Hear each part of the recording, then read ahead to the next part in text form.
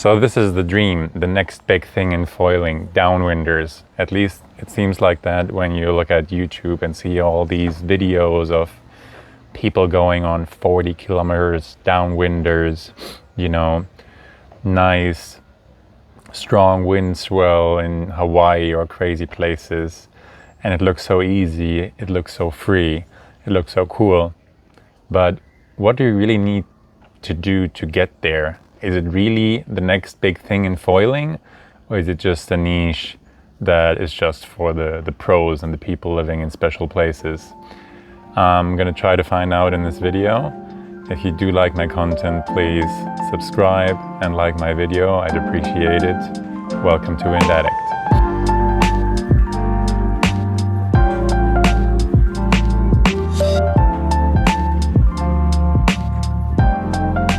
So how do you get to downwinding? Well, the kind of natural steps is to get into subfoiling first. Just get into some normal swell, you foil a wave, you paddle back up and go get the next one.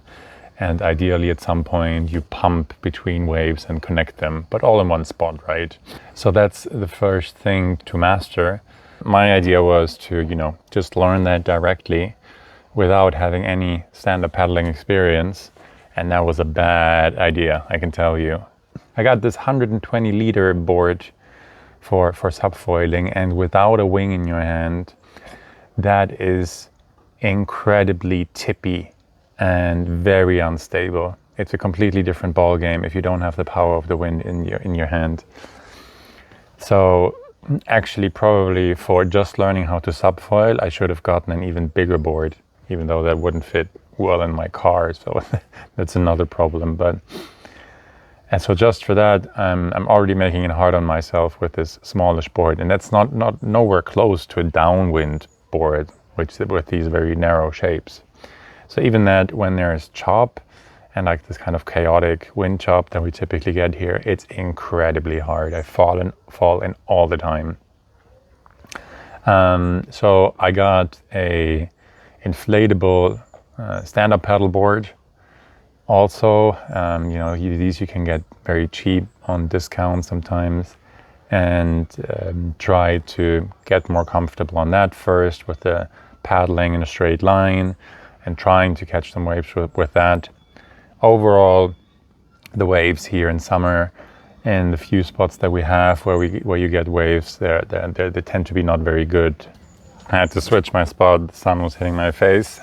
But the other thing about, getting closer to downwinding is doing it with wing foil gear. Of course you can, surf some waves in wing foiling. You just depower the wing, hold it on the front handle and surf some waves. And I've recently had some more success with that. I got like a 20-second run. I did it with my small wing foil board, which is a bit easier to handle and to pump.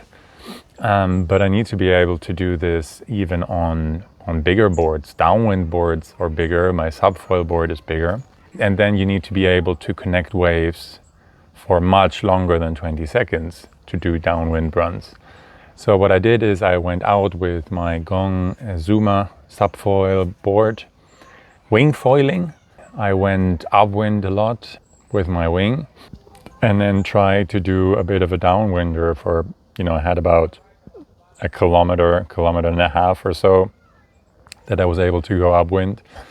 It's a bit scary when you go upwind, because usually I'm used to being surrounded by other wing foilers all the time. As soon as you go upwind a lot, you're by yourself in spots where it's not necessarily easy to get to shore if there's any issues. So I guess that's part of the downwind experience, right? You're a little bit more by yourself in more random spots.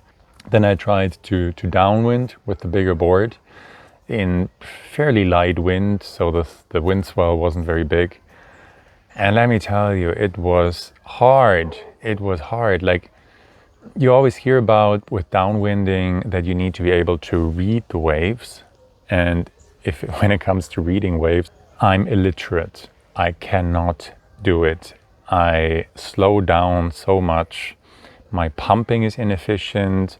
when I pump, my board tends to hit the water and slow down even more. I don't know, I think I have so much to learn. Maybe I need to really learn how to stay higher up on the foil, have more of the mast out of the water, and just to get my pumping efficient and to identify these little mini swells. I think I just need to practice and practice and practice.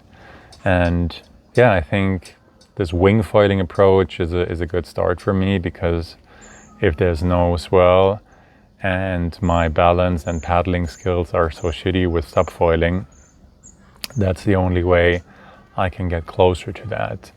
What I'm trying to say here is that getting to downwinding, it highly depends on your previous skill set. It is for most people, I think it is a long journey.